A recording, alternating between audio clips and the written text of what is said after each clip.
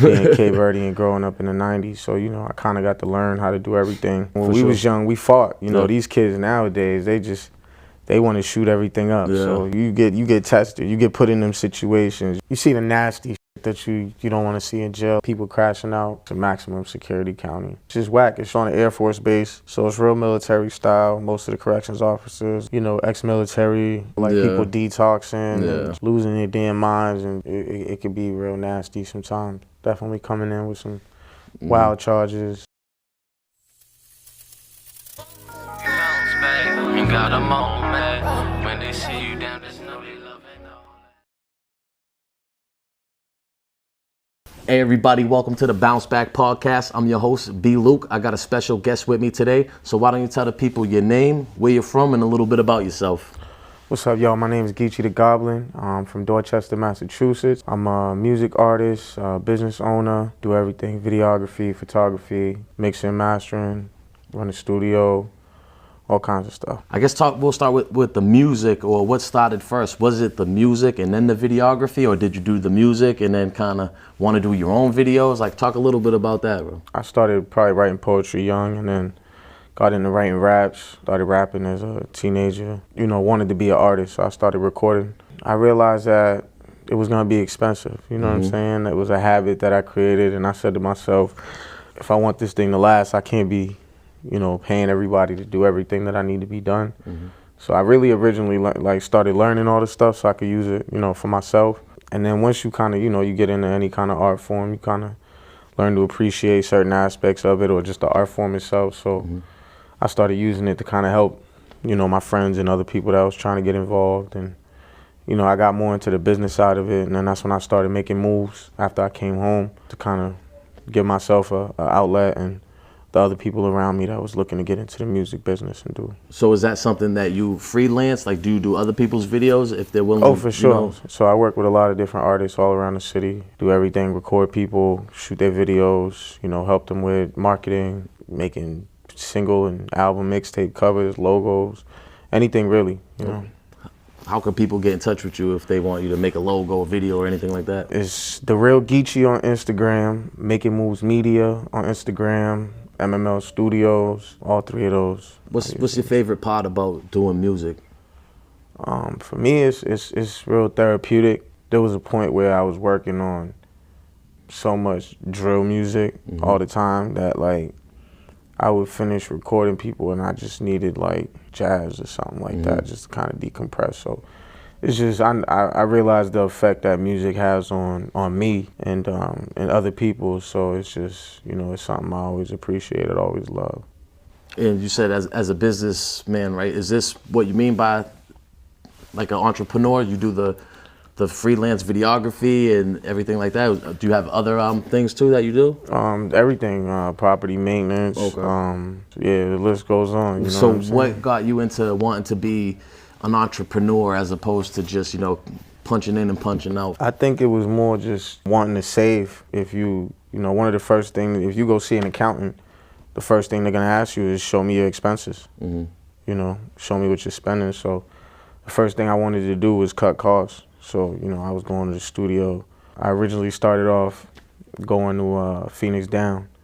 I was going to see my boy John Scott over there. You know, John, he ain't cheap, you know what I'm saying? So after a while of going to see John, I kind of asked him, I was like, what's up with, like, you know, an internship or something? Like, how can I come here and kind of learn from you? Because I would sit with him during my sessions and, you know, watch him and stuff like that. But I really wanted to, you know, kind of absorb some of his knowledge. So he was just cool as shit about it. He just opened up the doors. He was like, yeah, show up tomorrow, you know, trying to be professional. I'm like, what should I wear? You know, khakis or something? He was like, bro, just, it's a studio. Just show up, you good.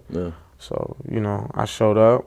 I kept showing up, you know, and, you know, it was nothing but love. So I appreciate John. He, you know, kind of opened the door to me being an engineer, for real. So it seems like you wear many hats as far as the music go, right? Say you would have to choose one, what would it be? CEO. CEO. Know? Yeah, you know, I want to be the one that's, you know, cutting the checks, receiving, you know, doing day-to-day operations. You know, I work with a lot of different people.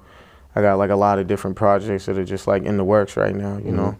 I just dropped a video today, actually. It's called Like. That's on my YouTube page, Geechee the Goblin on YouTube. Shot that one out in Costa Rica. I went out there this past year. So yeah, last year I did some traveling and shot a lot of videos. So this year I'm gonna be dropping a lot more visuals. I feel like I haven't been, you know, releasing a lot. I kind of just been working, working on a lot of other people's stuff and kind of just, you know, putting my stuff to the side, kind of just building it up. But, you know, I think this year I'm gonna hit them early and often with the content. You know what I'm saying? I mean, with YouTube and everything too, like how important is it for these visuals? I think people, you know, people eat with their eyes. You know what I'm saying? So if something look good to them, then, you know, they're more likely to interact with it. You know, everybody, as much as you don't want to judge books by their cover, everybody was gonna look at something, and if it's appealing to them, they're gonna click on it. So, you know, that's why people wear outlandish outfits and kind of attention grabbers, because whether you like it or you don't like it, you know, if you hate it enough and you interacted with it, it still did its job, because you're gonna comment that this is crazy, why would you wear that? You interacted with it, so you already did what they wanted you to do. Like, hate it or love it, you're gonna know about it at least, you know, and that's the main thing. You know, you know, that's what it is. So let's rewind a little bit, man. Talk about what it was like growing up. You said in Dorchester. I guess kind of break that down, like what part of Dorchester and what that was like growing up out there. I didn't have you know, a rough upbringing or nothing like that, you know what I'm saying? I had both parents at home. My father owned property and stuff like that, so, you know, I learned real young. He put me to work. I'm Cape Verdean, so, you know, it's like having free labor being Cape Verdean growing up in the 90s, so, you know, I kind of got to learn how to do everything, fixing this and that all around the house, cutting the grass, just maintaining the crib, you know, going to school. You know, you could try to raise your kids a certain way, but, you know, it was Boston Public Schools that was where, you know, everybody meets. That's where it don't matter who raised you, how they raised you, you know what I'm saying? Like, what's going on is what's going on right here, right now. So, you know, as much as they wanted me to be, you know, the model citizen and a good kid, Boston Public Schools, you gonna have to clash with the Titans, you know what I'm saying? There's personalities clash, and kids that think they're grown and other kids that think they're grown, and you end up, you know, getting into whatever you get into. And some people will get pulled in certain directions. Fortunately, I never let myself get pulled in, you know, any directions or mixed into anybody else's beefs and nothing like that. So, was it more just sticking up for yourself, people trying to, you know what I mean, impress you, or was it a neighborhood thing, or? Nah. For me, it was never a neighborhood. Like, I associate with who I associate with. I'm good with, you know, a lot of people in a lot of different places all across the city. I think it's just, you know, whenever you get into whatever you get into with somebody, it's just you know, everybody handles things different way. And when we was young, we fought. You know, these kids nowadays, they want to shoot everything up. So, you know, back in the day, it was a lot of fighting going on. You know, the hands got bruised up. You get a lot of cuts. You know, that's how we handle shit. So no, for sure, I can relate, bro. I got kicked out of high school myself for a couple fights, but I always say, like, one fight might prevent like 100. You know what I mean? And once people see that you stand up for yourself, some people don't care. At the end of the day, that's what it comes down to. You know, there wasn't the bully protective services right. So you was either gonna handle your business, or you was gonna deal with some stuff for the whole year. You know, early and often you got into it, and then, you know, you coast through the year after that. Was there situations when it affects like school? Are you getting suspended, detention?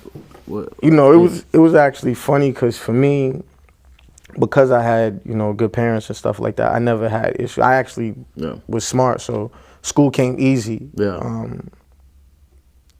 I would be suspended and still get all my work done, so and still be like, you know, good grades and all of that. So I never had that problem. It was actually, you know, those social interactions, you know, kids who think they about to pick on somebody, and, you know, it's the wrong one today type shit. And, you know, that happens a few times a year. You get that label, you know, teachers, principals, or whoever start kind of looking at you funny, treating you different. So, you know, you rock with who you rock with, and whoever don't rock with you, you know, you just stay away from them. I kind of.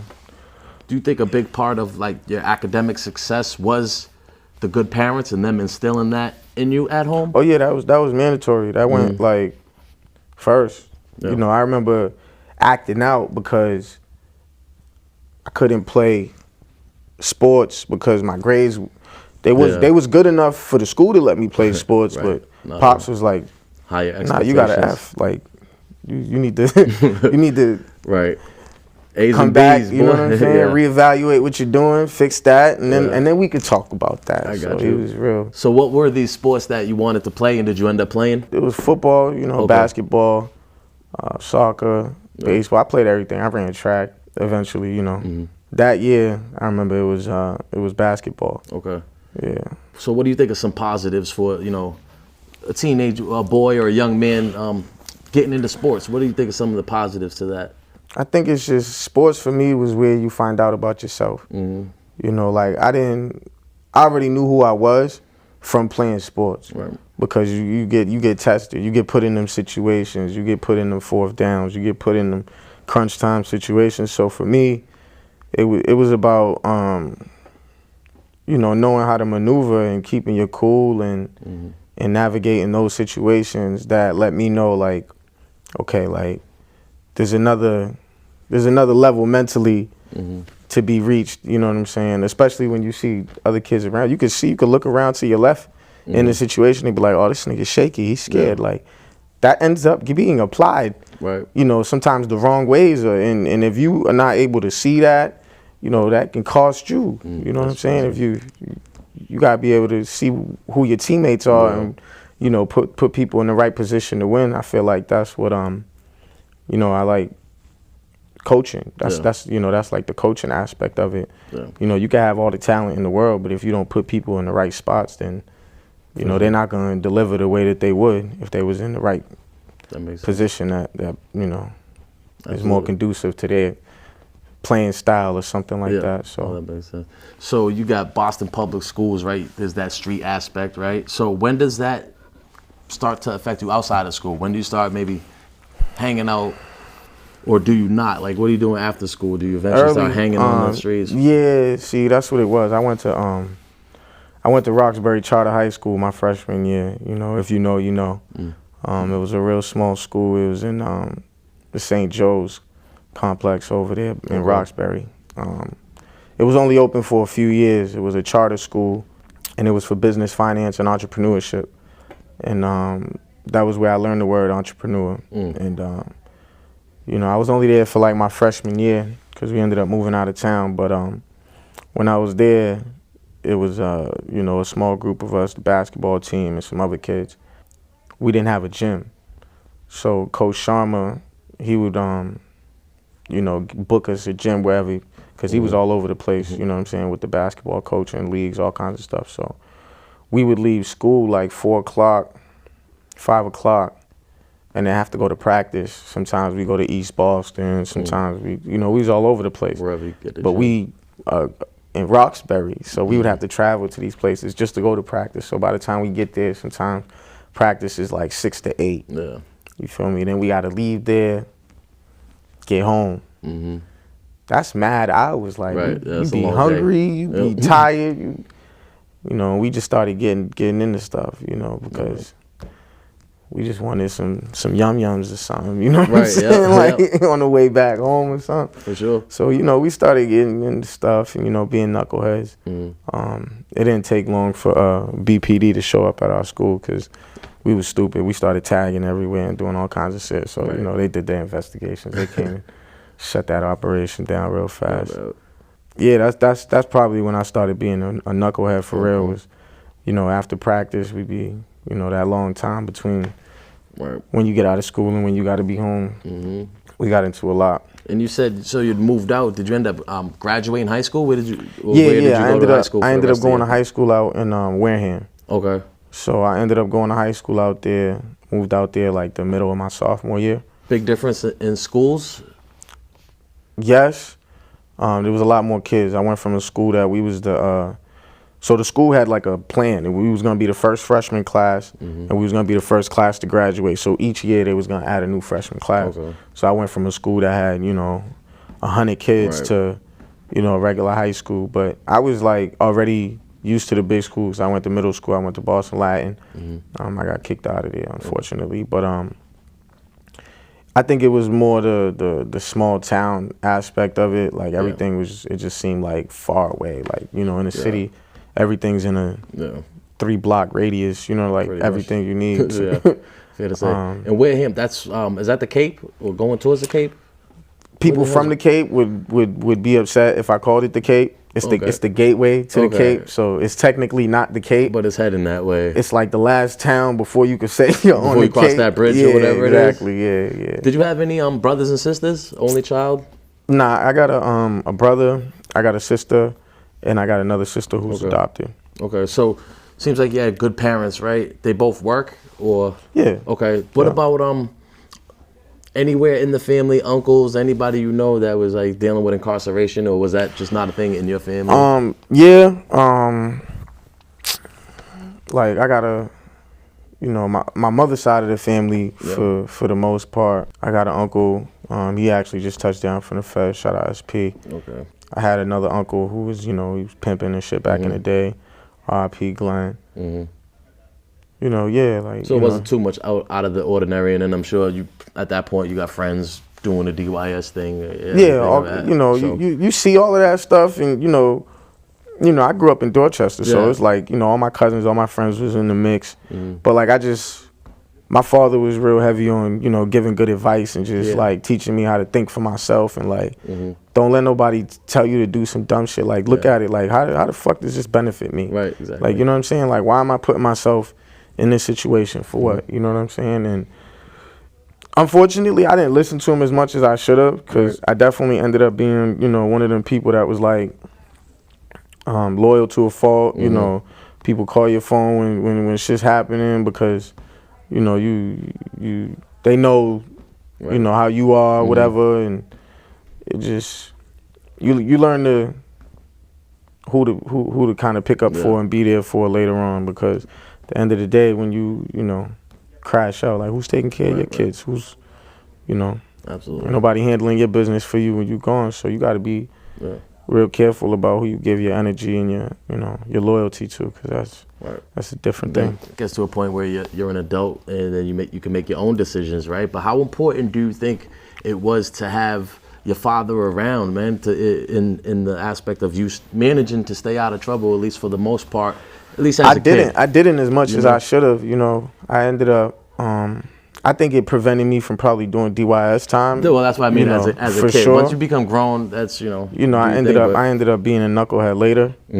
But I think it was everything. Yeah. It just. You think if he wasn't there, you probably would have ended up doing some DYS time? That, or even taking things to the next level, because it's like you think about when you got a lot of love and respect for somebody, and you know that your actions is gonna affect them. You be like, let me not do that, because and some people don't care. Some people, it's like they don't got that kind of and for me, fortunately, it was like I don't gotta act like, I had to do everything. Nah, my father was a great father, and he was always there for me. Shout out to him. You know what I'm saying? That's why I love being a father. I got 2 kids myself, so I think that's one of the generational curses I didn't have to deal with. I'm grateful to God for that. Yeah, and there's many fathers who were not able to be around for whatever reason. You got to definitely shout out the ones that were, man. Big up to all the dads, man. Big up to all the fathers holding their kids down. Absolutely. So, okay, you graduate high school now. Like, what's your plan? What's the next plan? Do you plan to go to college? Do you get a job? I did. I went to UMass Dartmouth for a year. I ended up getting in trouble there. I think I got caught with some weed in my dorm room or something like that. But during Christmas break, I was hanging out with the guys. We was uptown on set. A situation happened. Somebody seen somebody that did something, earlier in the season or whatever. So then the person ended up getting beat up. They went to the police, told the police a story that was not true, you know what I'm saying, kind of, lied about some details. So we ended up beating the case, but we got charged with armed robbery. I think we was like, I was probably like 18, 19. So we got indicted.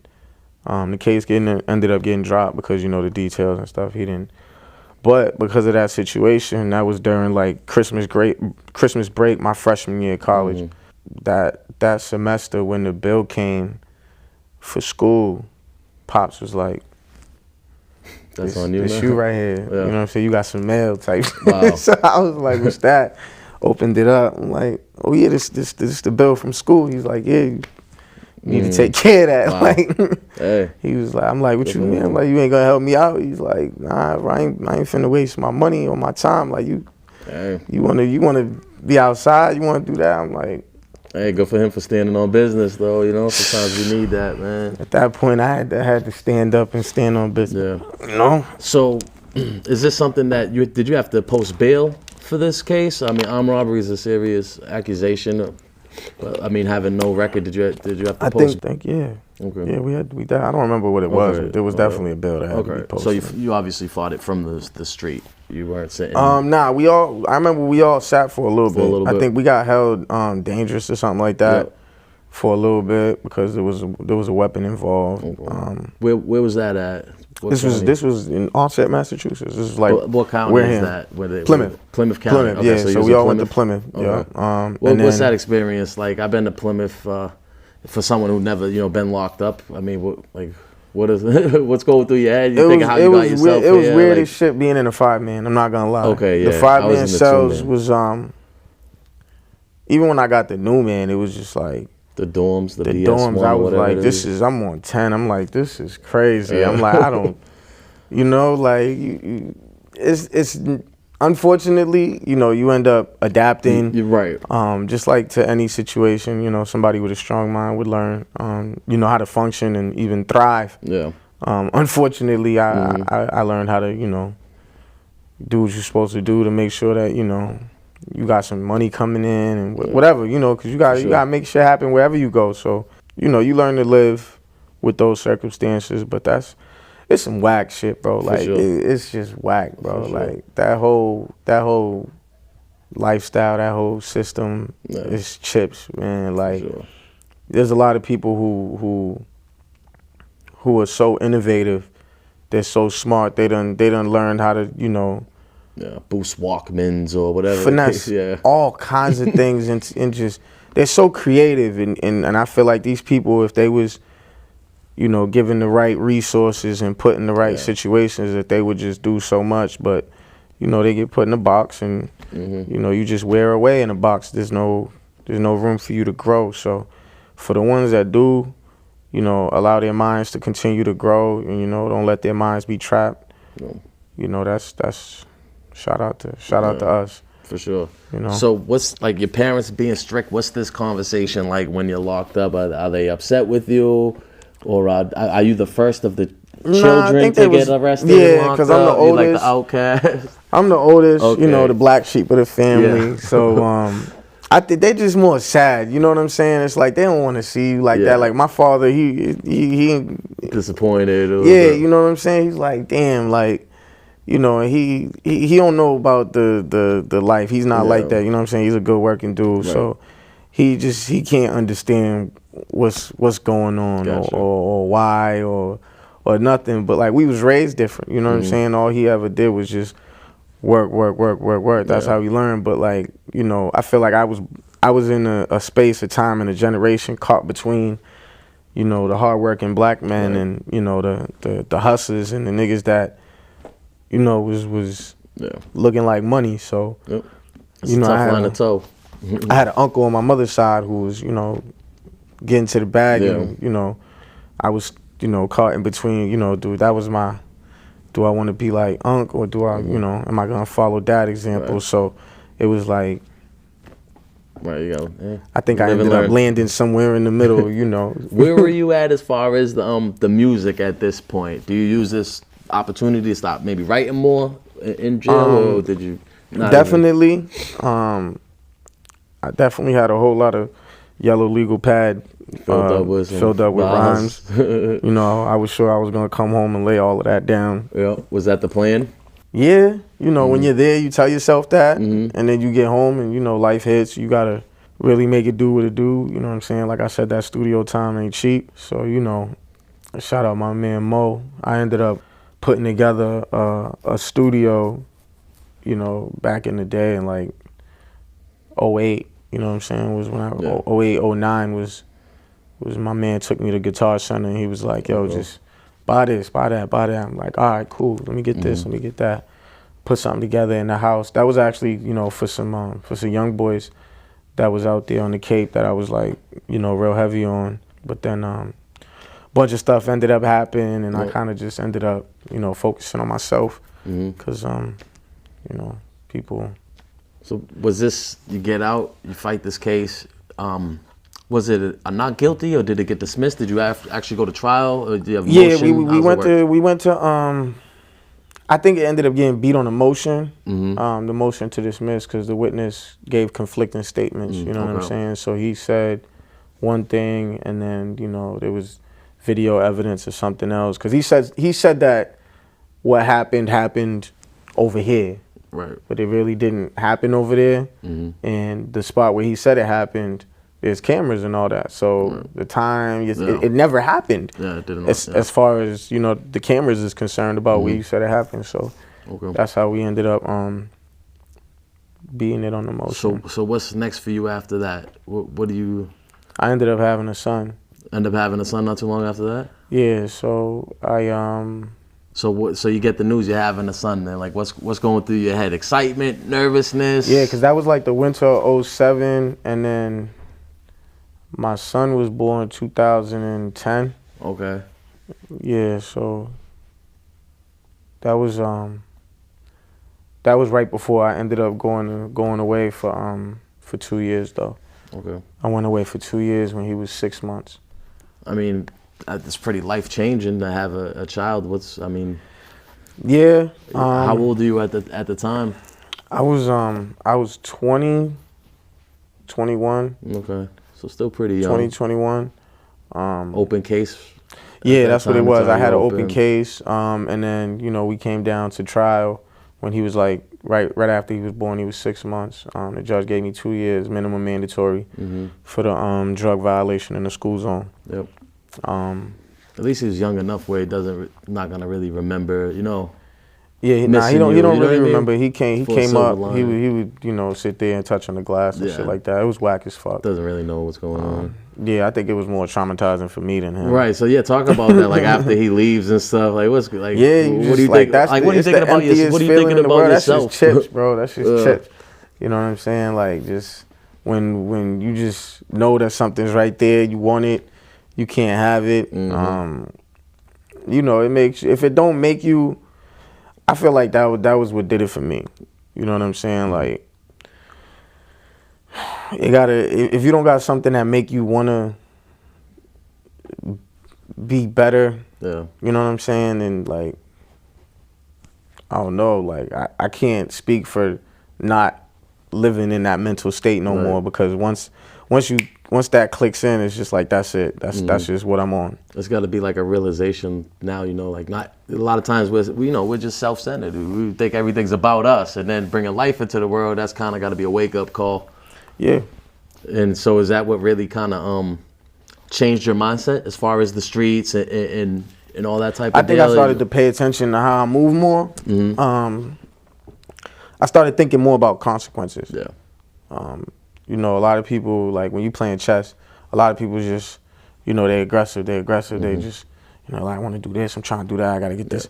And you know, you got to realize what position you're putting that piece in, you know what I'm saying? And every move is just got to be real strategic, and everything got to make sense now, because there's no time and energy to waste, you know what I'm saying? Like, before I give my energy to some bullshit, like, I'll give it to my kids.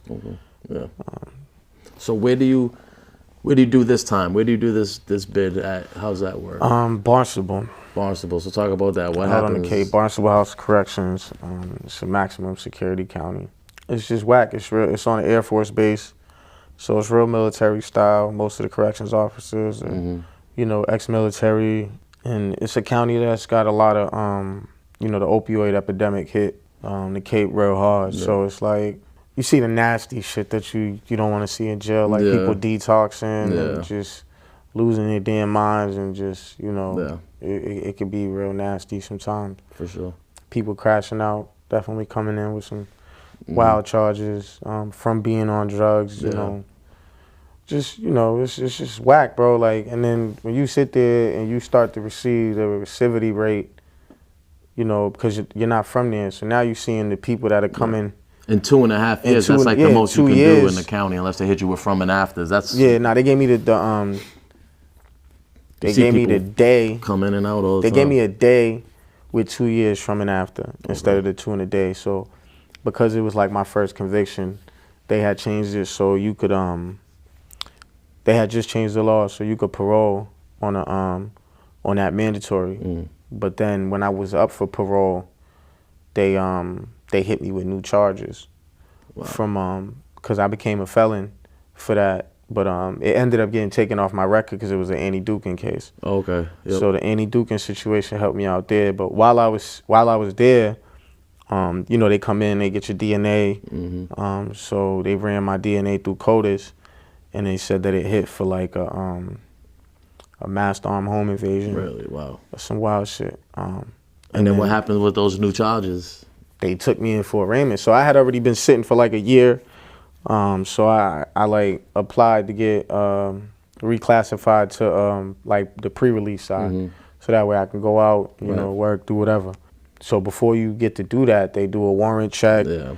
You know what I'm saying? All that. So when they did the warrant check, came back warrants, and I'm like, for what? Right? For what? You know what I'm saying? And he was like, these are the charges. So, they ended up getting me to the courthouse, got arraigned on the charges, read the paperwork. I'm like, this is some wild shit. Damn. Yeah, so. Was that something they try to indict as well, or what ends up coming of that new case? That did get indicted. That did get indicted. Yeah, so it was crazy because I was like, it was my first, time sitting. Right. And then all of a sudden, I'm looking at like 20 years. Bro. Right. I'm like, yo, this is going to a minimum. Right? I'm like, I'm going from thinking I'm about to do a year in parole or something, and now I'm looking at a dub. I'm like, yo, this is wow. Yeah. What's like the conversation you're having with yourself that when you first find out about when he started reading the charges, my heart hit my feet. I was like, crazy. What? I'm like, yo, this shit feel like a movie. Like, you start to think you're never gonna like leave. Right. You know what I'm saying? A lot of time. 20 like, years. Damn. So you go, you sit there, you listen to it, and then you. What ends up? What's the ultimate? What ends up happening with that case? What's the ultimate disposition? I guess.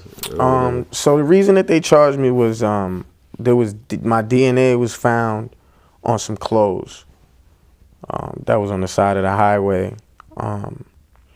And it had the victim's blood on it from the home invasion. The problem was there was 3 other people's DNA on that shirt.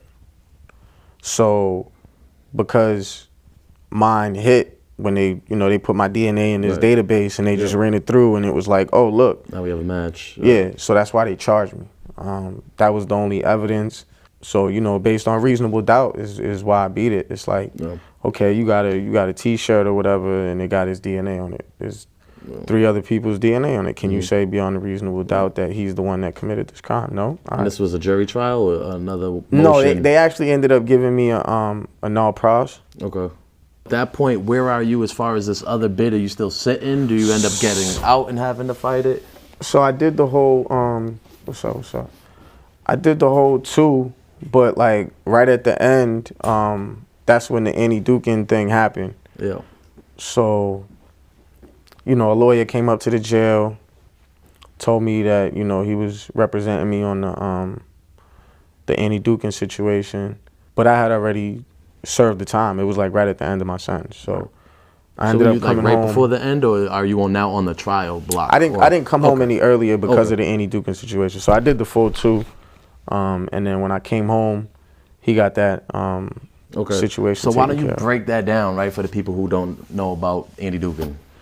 So Annie Dookhan, or Dookhan as some people would say, she was a chemist at a state drug lab. She pretty much falsified her credentials to get the job. She was kind of, batching results. So if like she tested something and it was positive, then like the next 5, 6, 7 test, she would just be like positive, positive, positive. You know, if she tested something and it was negative, she'll put like 3, 4 negatives, negative, negative, negative. So I don't know. They ended up catching on to what she was doing. She wasn't doing her job right. Anybody who had a drug case and she was the chemist on your drug certs, your case ended up getting thrown out in Massachusetts.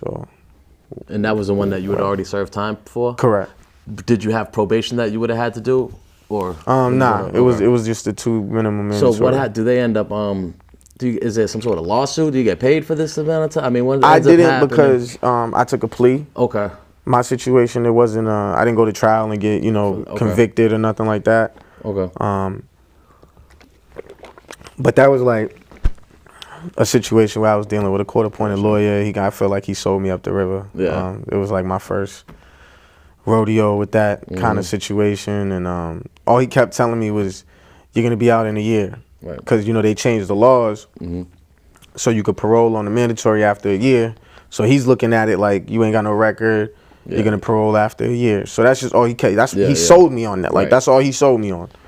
He was pretty much like, if you take it to trial, they'll give you the 2 minimum mandatory, and then they could give you from and after or whatever. So I'm like, all right, I'm gonna just do the year. I didn't even know I was doing 2 years until after I got there. Wow. And I saw classification. So they're like telling me, they're like, yeah, so you're gonna be over here. You're serving a 2-year minimum mandatory sentence. I'm like, no, I'm only doing a year. Right. I'm like, nah, something's wrong. Yeah, I'm only doing a year. Damn. It's like, So no, it says here you're doing 2 minimum mandatory. That's I'm like, no. I was like, my lawyer told me. No, I was like, I'll I tell know. you what I'm doing. I was like, I'm only doing a year. I'm like, watch, just go look in the computer. The paper's wrong. And she's like, all right, buddy. I'm like, I call my lawyer. And she's like, yeah, when you get out for rec. I'm like, oh, all right.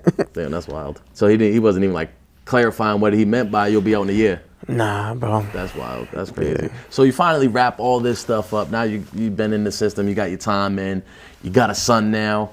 So what's the plan? What's next for you when you get out? You're putting all this behind you. Do you start taking the music? Is that when you dive deep in with that? What's next for you?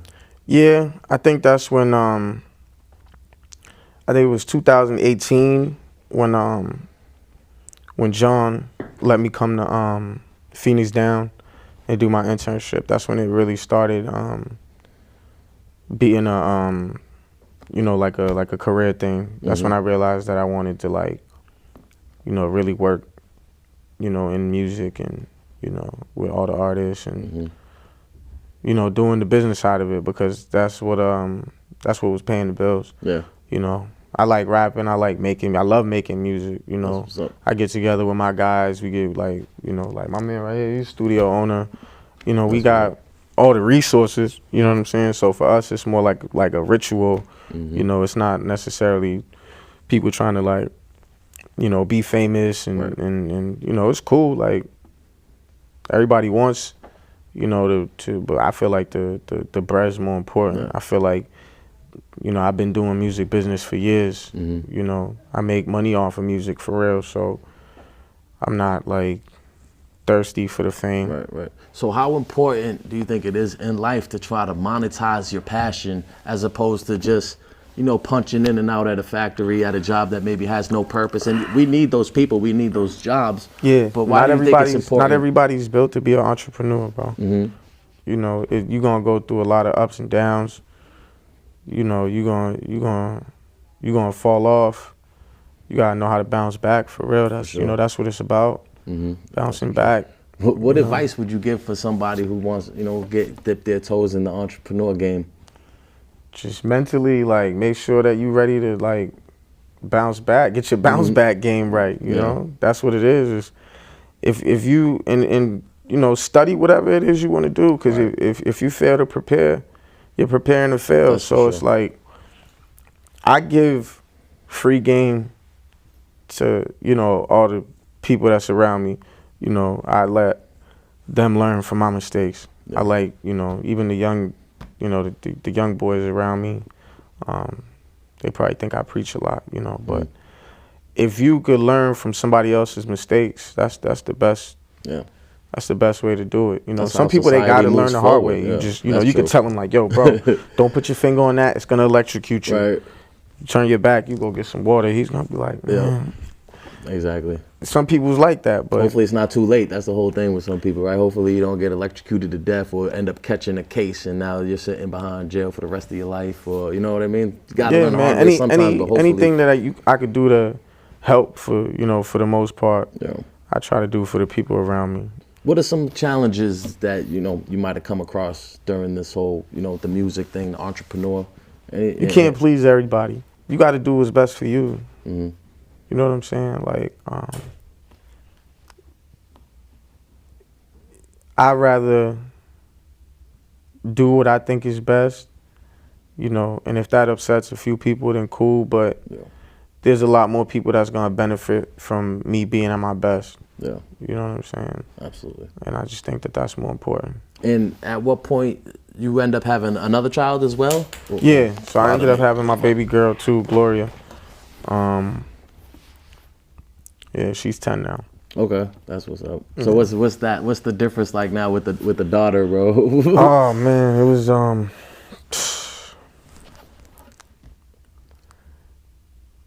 I didn't get it right. You know what I'm saying? Right after my son, I was still kind of you know, I came home, I had the adjustment period. You know what I'm saying? I had to kind of like get in trouble again and be like, did I really do this? Right. You know what I'm saying? Did I really like, I really did this again? Right. To be like, nah. And then, you know, after I had her, I was just like, nah, no mas.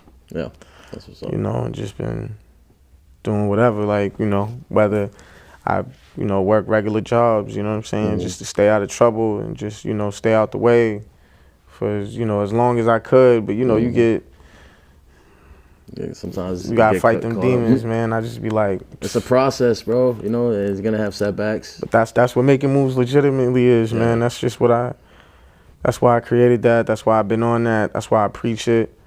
You know, it's a lifestyle, you know, and it's a commitment. It's what keeps me out from behind them bars, and you know, that's what you need. Doing something positive. So for me, it's everything. Yeah. You know. What advice would you give for somebody just coming home? You know, knowing what you know now, maybe, so they don't have that little slip up or whatever.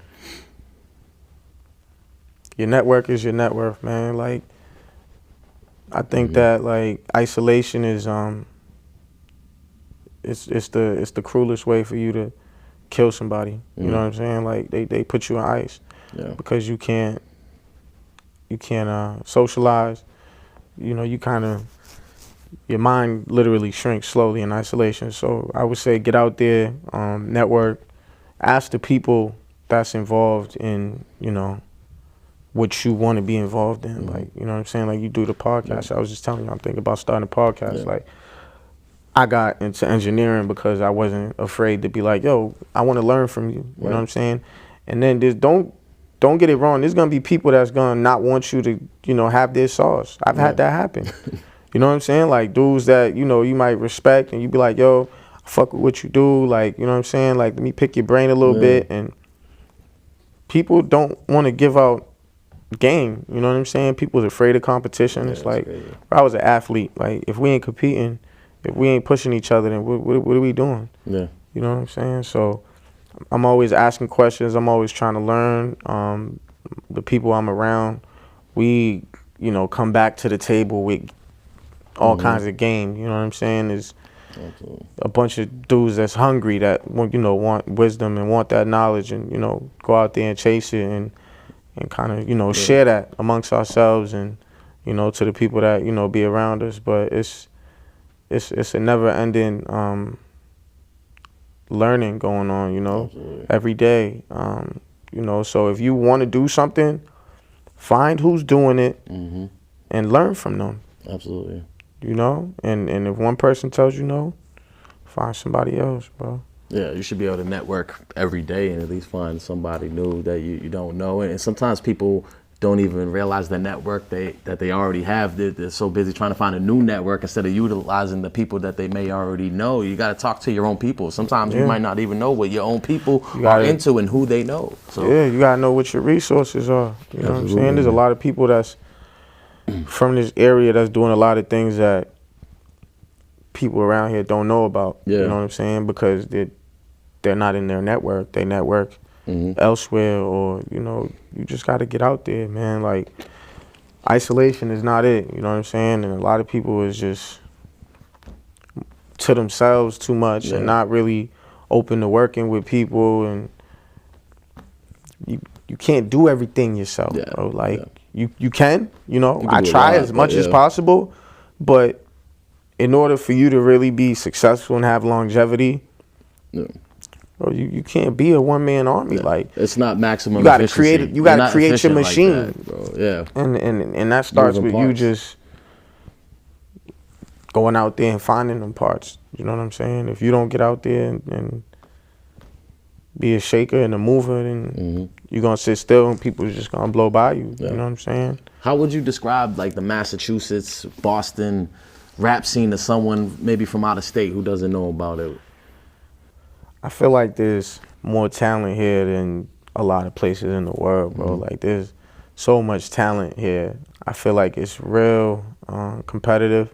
I think as soon as we decide to be more collaborative, that's when the rest of the world is gonna know how talented we are. I feel like Boston has growing up to do as far as like understanding what collaboration can do for our culture. Absolutely. Because it's already been proven everywhere else. It's bigger than just the neighborhood. It's bigger than just the city. Then it's bigger than just the state too, and then eventually it's bigger than just the country. Like, this is an international thing with music. Try to tell that to the people that's involved, man. Yeah, I'm hip. Nothing's bigger than what they're standing on. So it's like it's a tricky road to navigate. You know what I'm saying? So even just like engineering, booking sessions and leaving a time gap in between, so the Titans don't clash outside your studio is mandatory out here. It's real. Absolutely. It's real tricky and sticky. So people is emotional. People is delusional too. Yeah. You know what I'm saying? Like, you work with somebody, you might piss somebody off. You might lose some other business because he recorded this and he recorded that, or he shot this nigga's video, and I don't worry about none of that. That's, like you say, you can't please everybody. Nope. I'm not here to please everybody, bro. Sure. I'm here to make moves and do what I'm doing, and that's what it is. Yeah. So, I mean, say you was able to go into a DYS today and speak to some of the young men over there. What's some things you would tell them to try to steer them on the right path? My man, Radar and Rodeo, shout out to them. Lois. They actually do that. They work with they work with the youth. I know a few people who do. I think that, it's where we're from, they don't want to hear it, bro. You gotta show them, bro. Like, I don't show and prove. Yeah, like they don't want to hear that. They don't want to hear nothing. You know what I'm saying? Like, as far as answering your question, for real. I would just show them. You know what I'm saying? I would start showing them, like, yo, look, here's what we doing. Here's what you like doing, what you want to do. You want to learn that, bro? You know what I'm saying? You want to really, for real, learn how to do that? We can help you learn how to do that. And just, you got to hold them accountable, bro. These kids don't got nobody that's holding them accountable, bro. Like, you know what I'm saying? And bro, preaching to these kids is not it, bro. You know what I'm saying? I like the idea of showing them those. Like you said, let me show them a YouTube check. Like, they're not listening to you. If you're not pulling up, if you're not looking like what they want you to look, they're gonna look at you a lot. Some of them got more bread than you. Right. You know what I'm saying? Like, who are you trying to give game to? I'm hip. It's like, yeah, bro. I know young kids before they was 21 ran through $500,000. Yeah. Couple summers. They didn't want to listen. You know what I'm saying? You can only give so much. You can take a horse to water, you can't make them drink it, right? You can't.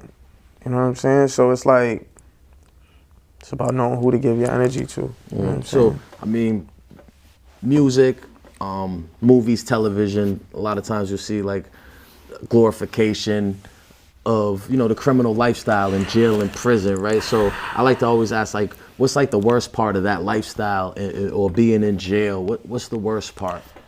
The worst part is losing your dignity, man. Like, you know what I'm saying? Like, who's trying to take their clothes off and have to bend over and cough Yeah. and have anybody looking at you. You know what I'm saying? Like, who's trying to be somewhere where there's no women? Right. You know what I'm saying? You lose all your liberties. You lose everything. You know, it ain't nothing cool about it, bro. Like, a lot of these kids walk around acting like, you know, it's some type of bad, or not even the kids, like dudes that done did it. Yeah. You know, acting like it's some type of badge of honor, and it's like, stop. That's not, yeah. You know what I'm saying? Like, talk to them about how whack it is, bro. Right. Let them know about the niggas that be sitting on the phone crying. Mm-hmm. You know what I'm saying? Yep. Especially if you got kids. I mean, how horrible is that gonna miss out? That's just chips, bro. Dudes be crashing out because they worried about what's going on the outside. It's like, it's just mental warfare. You know what I'm saying? So it's like, you don't want to put yourself in that situation. Yeah. So talk a little bit about what you got for goals moving forward, right? Maybe some short-term goals, maybe some projects that you're working on that you're expecting to release, videos short-term, and then like in the long-term as well. Like I said, definitely dropping music and visuals. Like is out right now. Drop that tonight. That's on YouTube. Whole lot of more content, collaborative projects. Definitely shooting a lot more videos for a lot more artists in the city. You're gonna be seeing that. Traveling. You know, I recently came back from CV. I was out there for Christmas and New Year's. Did some collaborations with some Cape Verdean artists. So, you know, doing some international work. But just building the brand, man. Making moves, doing this, you know, MML Studios, Making Moves Media, just continuing the network. I want to work with everybody who's really working. You know what I'm saying? Like, I'm not thirsty to work.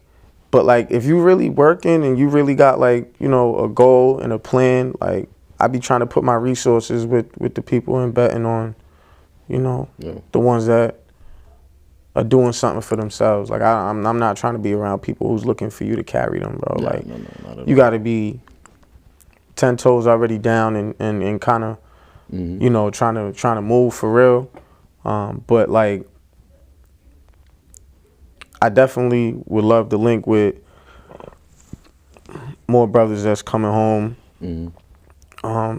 teaching them, you know, some of the skills, you know, working with them on some of their ideas. I know a lot of brothers be in there writing. They come home with all kind of ideas, bro. There's a lot of geniuses, bro. Right. Got a lot of geniuses.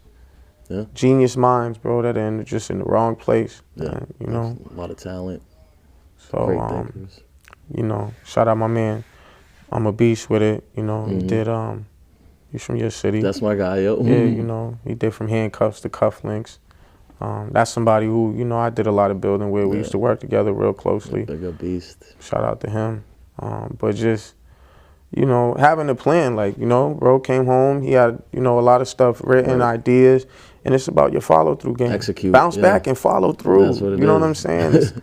That's what it's about for real. Absolutely, man. So, what do you think is like the main message that someone could get from your story? You know, everybody's journey is different. You know, like, you can't predict the future, but like, if you believe in something enough and you really go after it, like, it's cliche, but like, I'm not even where I want to be yet. Yeah. You know what I'm saying? You seeing me on my way. Yeah. I'm on my way. Always. You know what I'm saying? To the end of manifest what you want. Like, you know what I'm saying? Speak it into existence and really go after it. But don't be speaking frivolously. Don't just be, you know, you're not gonna really manifest something just speaking on it. Right. You gotta put some action behind it. So Right. you know, especially if you keep talking about the same thing that you're gonna do, and then now you're like months pass, and then like I'm hearing you still telling me what you're gonna do, but I haven't seen you do it yet. You know what I mean? Don't be that person. that's the worst, bro. I can't stand that. I Don't be hate that that. It's person, like a bro. pet peeve of mine, Yeah. you know, because I'm the person that be trying to hold, you know, the people around me accountable. you So say like, if this, you're doing too. that around me, I'm the one that calls you out for the most part, you Yeah. know. And I love the fact that I got people around me that'll call me out too and hold me that. accountable. So I think that's real important. You know what I'm saying? sure. Like, not being around yes men. Don't surround yourself with people that's afraid to tell you the truth about yourself, you know, the shit you're doing.